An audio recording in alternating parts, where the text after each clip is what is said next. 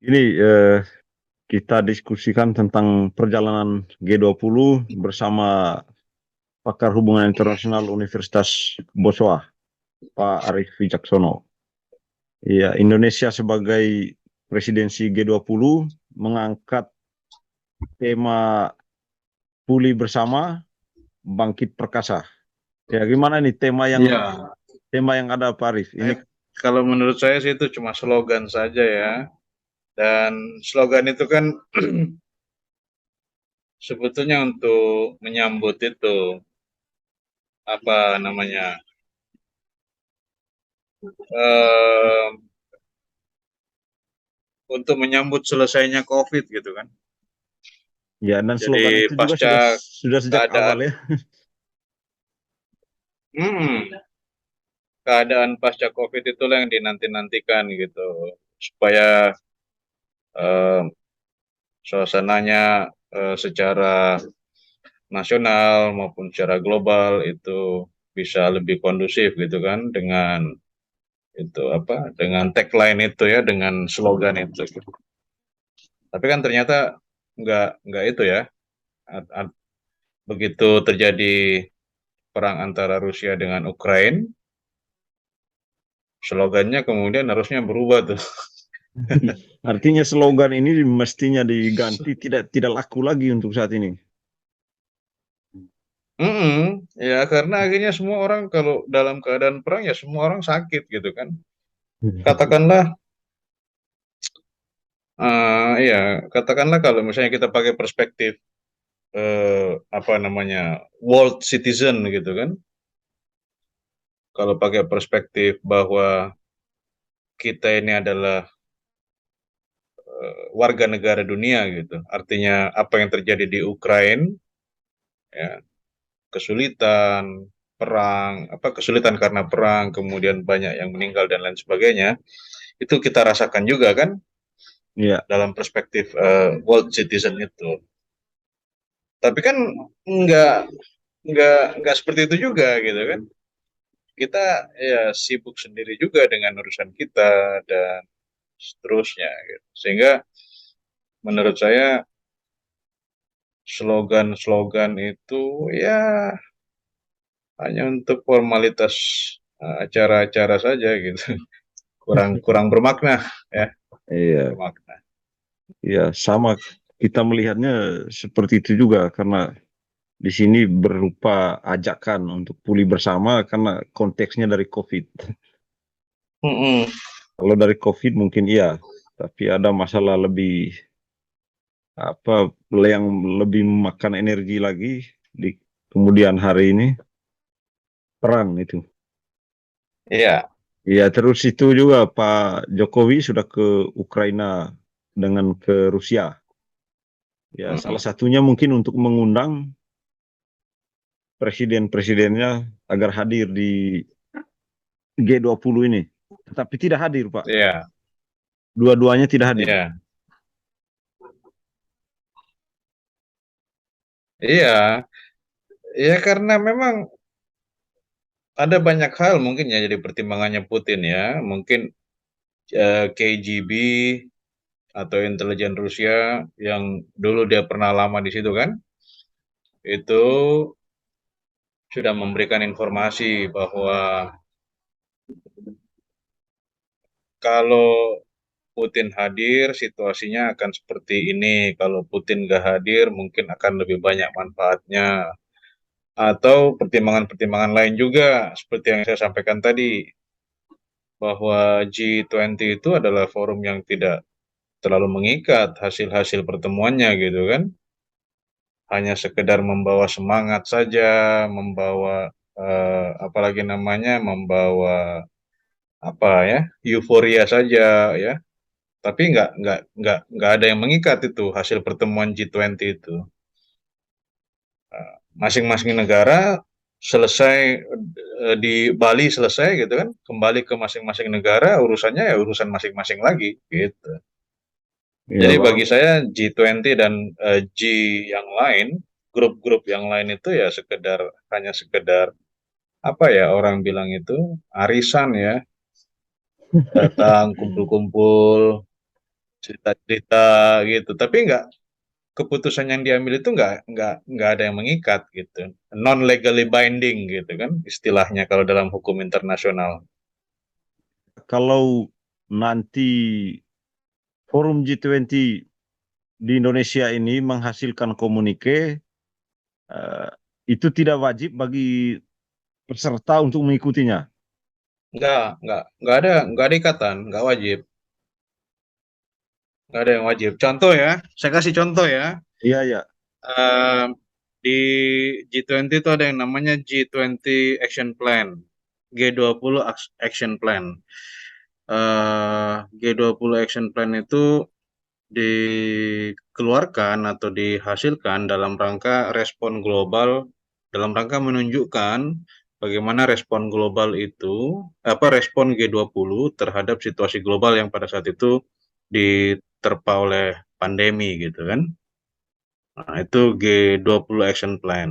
Nah, dalam prosesnya G20 Action Plan itu sudah melakukan berapa kali putaran istilahnya ya, berapa kali round gitu kan. Ada barangkali 3 sampai 4 kali rounds yang dilakukan dalam rangka G20 Action Plan itu supaya eh, dunia global ini terbebas dari COVID gitu.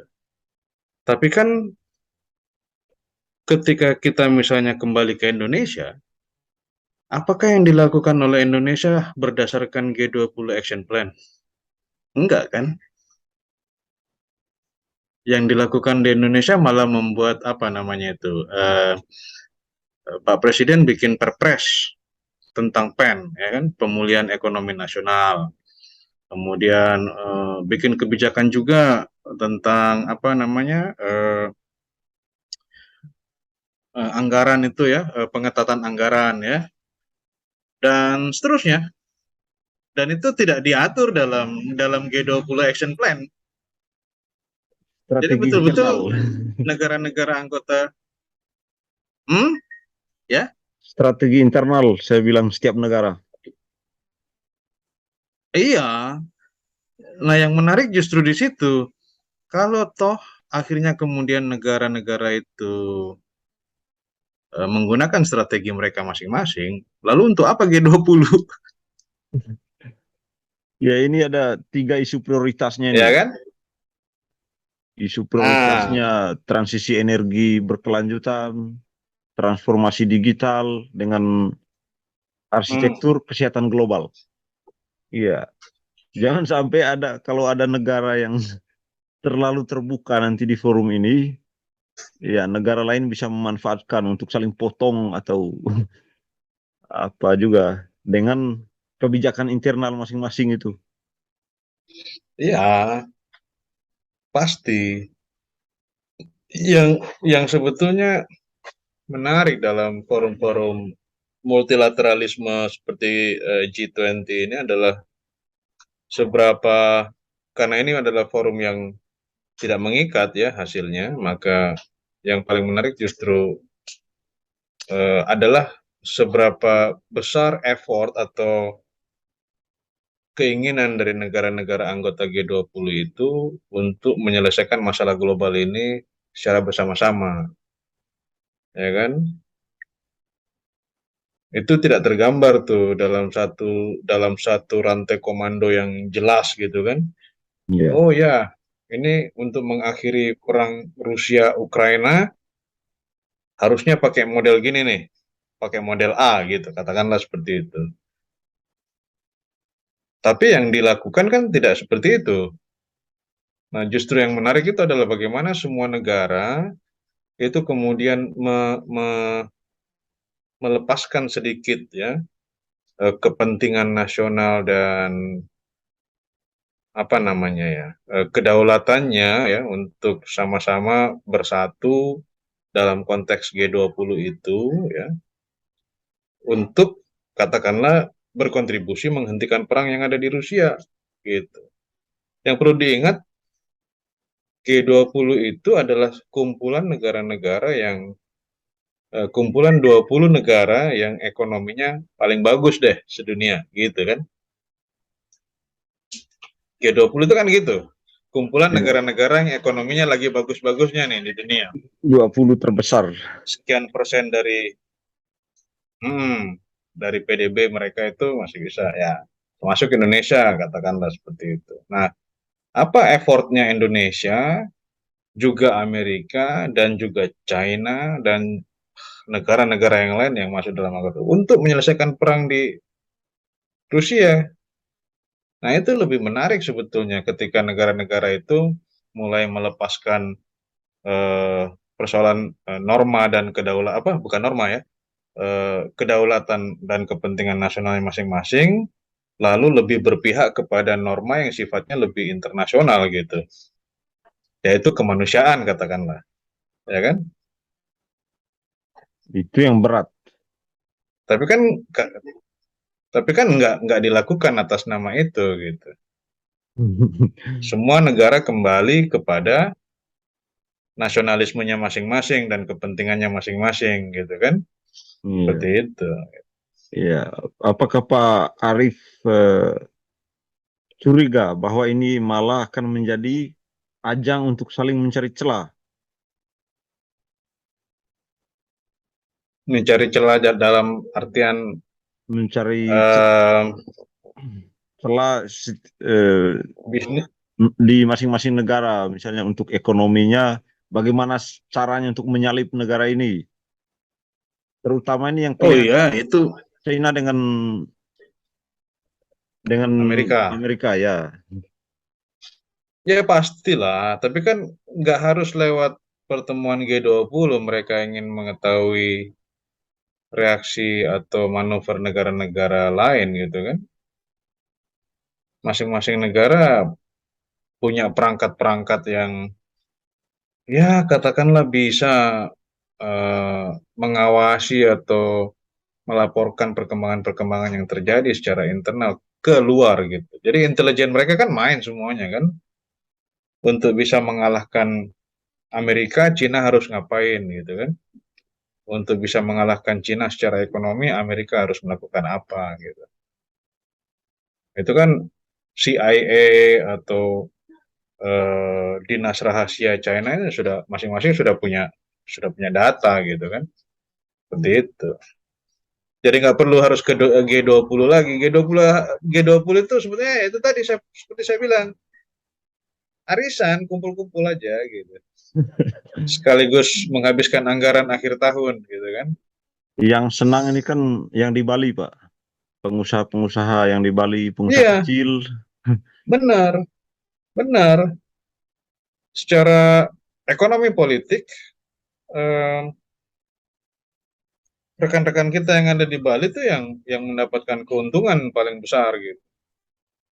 Ketimbang ketimbang saudara-saudara kita yang ada di tempat lain gitu. Iya, termasuk Labuan Bajo kemarin yang digadang-gadang juga untuk G20 Betul. ini.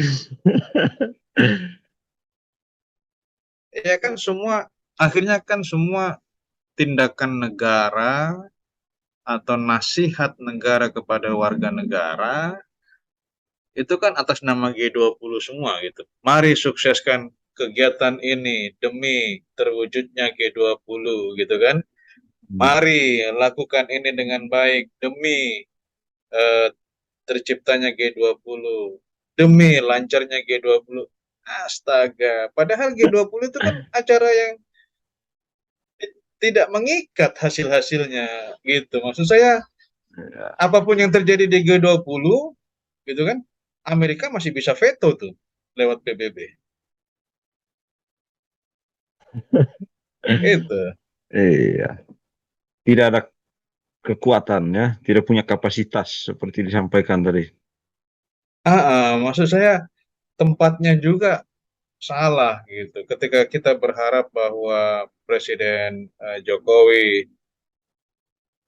apa namanya banyak dipuja-puji gitu kan sama dunia internasional karena manuvernya manuvernya menggalang kekuatan dan mencoba untuk menghentikan perang antara Rusia dan Ukraina, itu banyak yang puji tuh Presiden Jokowi. Tapi banyak juga yang kemudian mempertanyakan relevansinya. eh, kamu siapa gitu? Kamu siapa kemudian mau menghentikan perang di Rusia gitu? NATO juga bukan gitu kan? Jimmy Carter juga bukan gitu. Siapa ini yang juru damai juga? Si Bill Clinton juga bukan gitu kan. Mhm.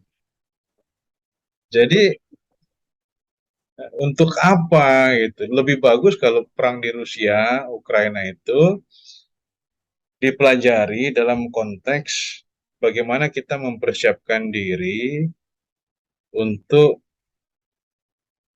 menghindari dampaknya. Ya, itu yang penting kan geopolitik di iklim atau tensi geopolitik yang ada di Asia Pasifik ini kan relatif tinggi ya karena mulai terbatasnya sumber daya akibat perang gitu. Ya, Itu yang perlu dipikirkan. poinnya ini juga G20 tidak bisa menghentikan, bukan tempatnya untuk membicarakan perang yang terjadi di Betul, apa betul. Rusia Ukraina. Kalaupun dibicarakan Bukan itu bukan hanya tempatnya. Bukan tempat. malah lebih kuat kalau mengeluarkan surat resmi dari negara membuat mengecam. Nah, nanti kalau G20 misalnya 20 negara ini mengecam apa yang terjadi di Ukraina Rusia, itu, di Rusia, Ukraina. di Ukraina itu, Hmm. saya kira itu punya kekuatan juga, Pak Arif.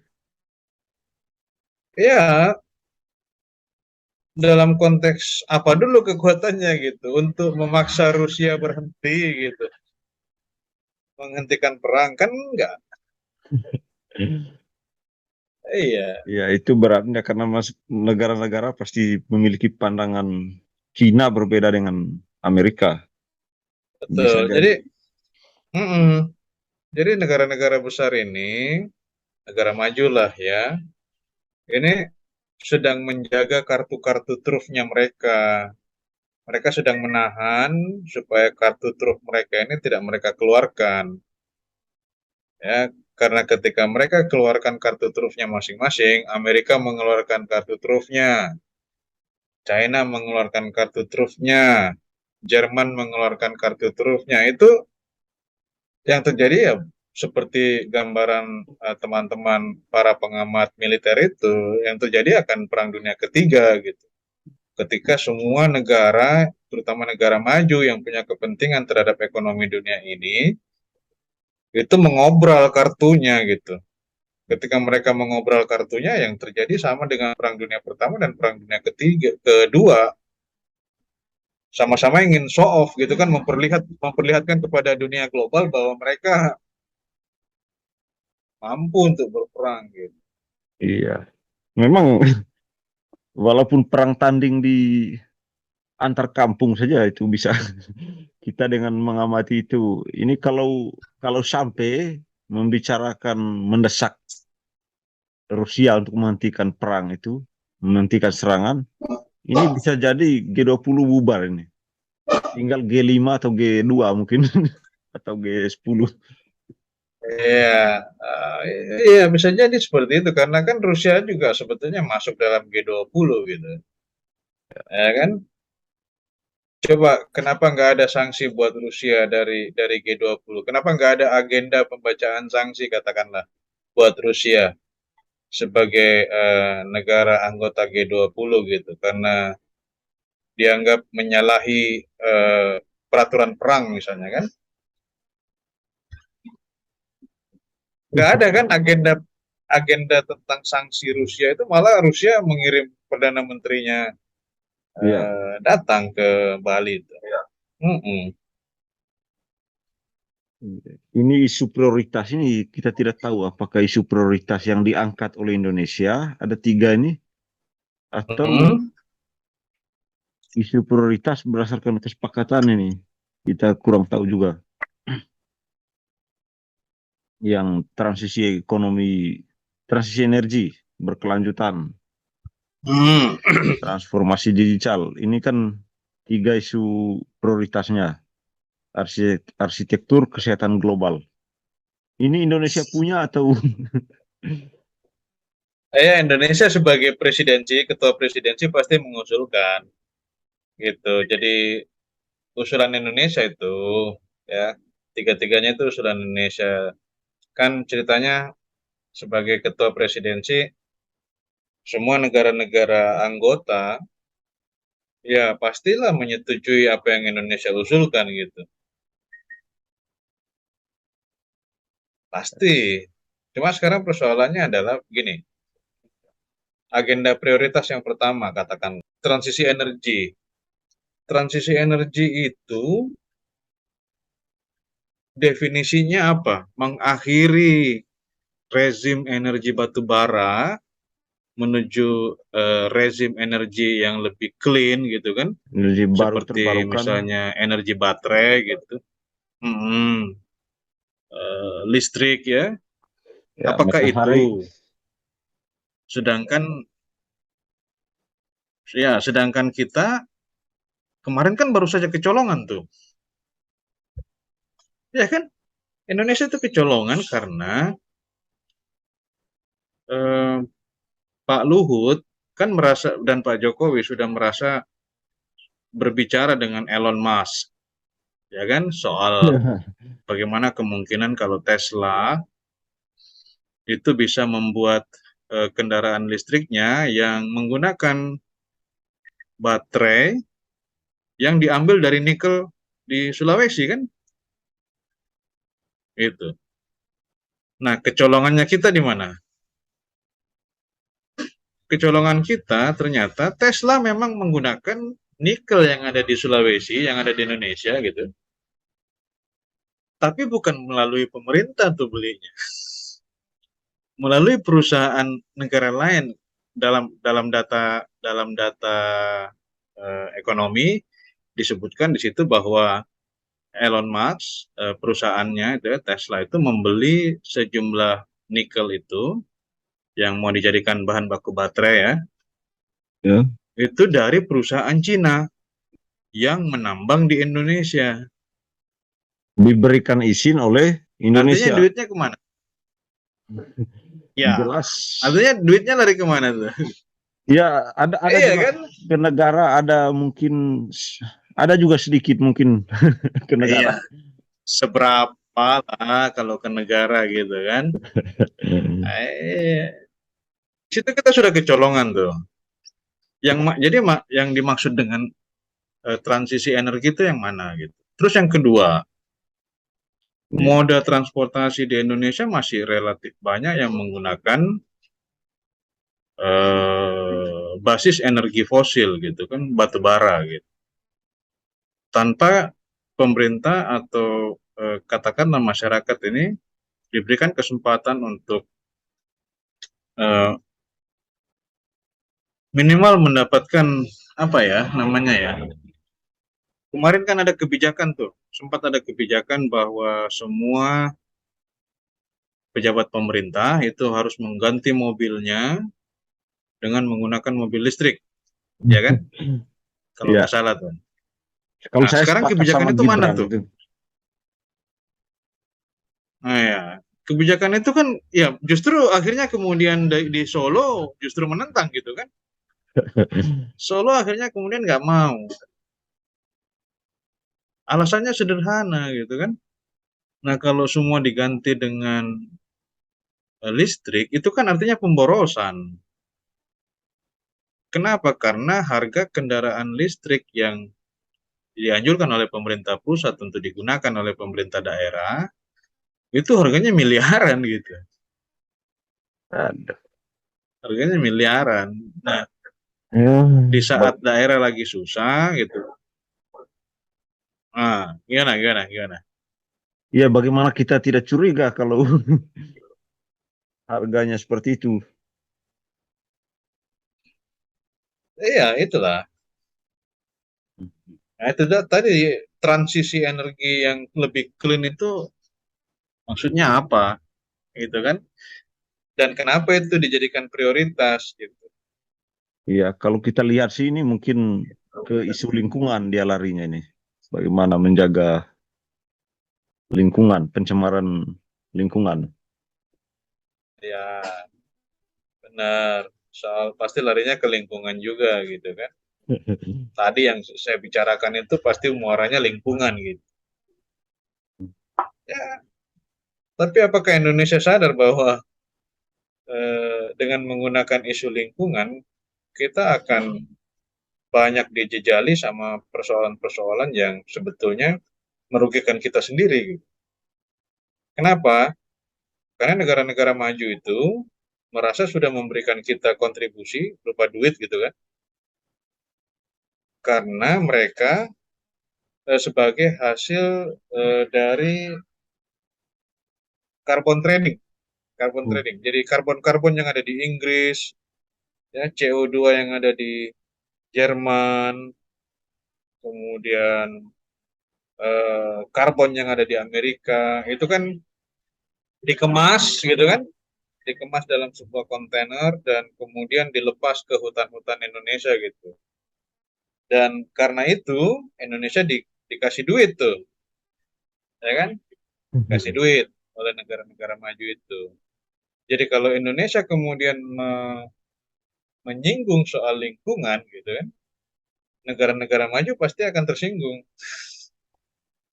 Kamu itu sudah saya kasih duit gitu kan, kamu nyinggung-nyinggung kami lagi gitu.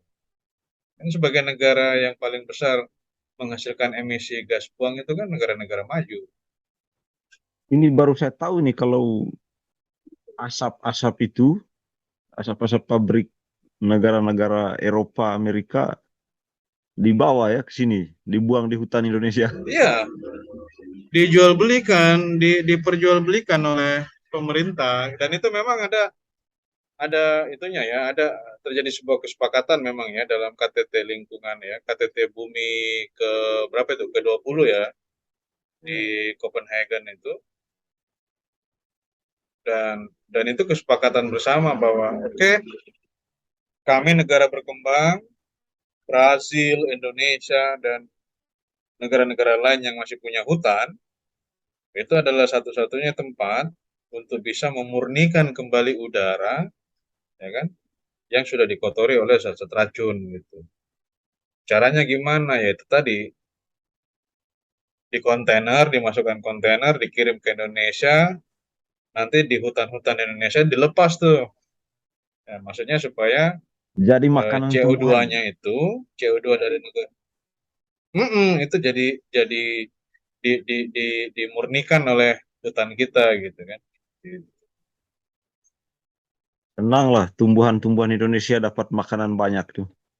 Asupan gizi dari Amerika. Ya, seperti itulah kira-kira ya. Dan itu yang mau dijadikan sebagai hal yang prioritas tuh dalam G20. Nggak mungkin lah. Terus apalagi nih transformasi digital. Tidak tahu apa Hmm. maksudnya nih. Ya, transformasi digital kan sebetulnya itu apa terkait dengan ekosistem startup itu ya, digitalisasi semua bisnis gitu. Bagaimana kemudian bisnis-bisnis itu digitalisasi supaya lebih lebih mudah gitu dilakukan gitu kan. Ya. Tidak lagi menggunakan instrumen yang berat-berat seperti uang atau apa gitu. Tapi uangnya juga kan sudah lama didigitalisasi gitu. Jadi kenapa nggak sekalian lingkungannya juga didigitalisasi? Berat tuh. Iya. Nah, Apalagi yang yang terakhir. ketiga soal kesehatan, Ya, ya kan? arsitektur kesehatan. Arsitektur kesehatan global. Nah, itu juga apa namanya sangat dilematis ya karena yang dimaksud dengan arsitektur kesehatan global yang harus diperbaiki itu yang seperti apa gitu. Ya, Apakah karena apakah hanya karena serbuan COVID kemarin yang sukses itu sehingga kemudian kita berpikir bahwa semuanya harus diperbaiki gitu kan dalam bidang kesehatan. Kan memang harusnya dari awal, nggak usah nunggu G20. Atau mungkin karena stok obat kita ini dari luar, Pak. Nah, itu juga ada kemungkinan seperti itu. Ditata kembali gitu, instrumen, apalagi namanya, infrastruktur Ya, farmasinya, infrastruktur farmasi globalnya gitu kan. Negara A perusahaannya apa, negara B perusahaannya apa, gitu mungkin ya. ya Jadi bisa ketika jadi. misalnya terjadi pandemi, oh, eh, kamu nggak usah ngurusin obatnya, kamu ngurus vaksin aja gitu kan, Ya, bisa jadi. ini penuh dengan tanda tanya Nah, kita ini. Indonesia, Indonesia punya apa, gitu kan? Iya. Indonesia punya banyak akar pohon yang bisa disuplai. Dibawa keluar, baru kita Ya, beli lagi obatnya, beli lagi vaksinnya. iya. Dan untuk membeli itu pakai utang. Ah. Ya, ini juga targetnya juga ini selain apa namanya ekonomi nyata yang apa yang dirasakan oleh masyarakat terutama di Bali kurang lebih kisaran 7 triliun katanya uang beredar tuh. Hmm, Nah, terus target berikutnya investasi. ya. Hmm. Nanti kita lihat seberapa banyak investasi yang hadir di arena G20 ya. Dengan tujuan Karena utamanya sih, IKN. Siapa yang mau iya, investasi tapi di kan, IKN? tapi kan banyak juga negara yang sudah mundur dari IKN tuh, ya kan? Iya, itu negara apa saja itu, Pak? Iya. Kenapa itu MBZ itu nggak bikin masjid di IKN, tapi bikin masjid di Solo? Ya itu karena hadiah untuk Siapa? Pak Jokowi memang masjidnya. Harusnya hadiahnya diserahkan ke IKN gitu kan sebagai bukti komitmen Uni Emirat Arab dalam membantu Indonesia gitu kan mewujudkan IKN. Harusnya bikin masjidnya di sana gitu. Ya persoalannya kampung Pak Presiden Jangan ada di di Solo. Solo. Nanti mudah-mudahan ada juga masjid untuk IKN dari Uni Emirat Arab. Ya mungkin terakhir nih Pak Arif. Ya, gimana? Ya kalaupun ada komitmen yang akan dihasilkan nanti dan eh, itu tadi kesimpulannya tidak tidak mengikat negara-negara itu. Ya, Ya, lantas apakah G20 itu sia-sia bagi Indonesia ini? Ataukah Indonesia kalau perlu keluar saja dari G20? enggak perlu keluar ya. Jadi tetap aja berteman dengan negara maju, tapi manfaatkan juga forum-forum yang lain. Jadi ada banyak forum ya di dalam itu ya, pertemanan global, persahabatan global ada banyak forum. Jangan hanya mengandalkan G20 saja di mana Indonesia jadi presidensinya gitu. Tapi manfaatkan juga katakanlah ASEAN, manfaatkan juga katakanlah negara apa forum-forum kawasan yang lain gitu kan supaya komprehensif karena disadari atau tidak ya hasil dari G20 itu tidak mengikat, masih lebih mengikat kalau hasil-hasil pembicaraan dari ASEAN gitu. Demikian diskusi saya bersama Bapak Arif Wicaksono, pakar hubungan internasional dari Universitas Boswa. Semoga bermanfaat. Terima kasih.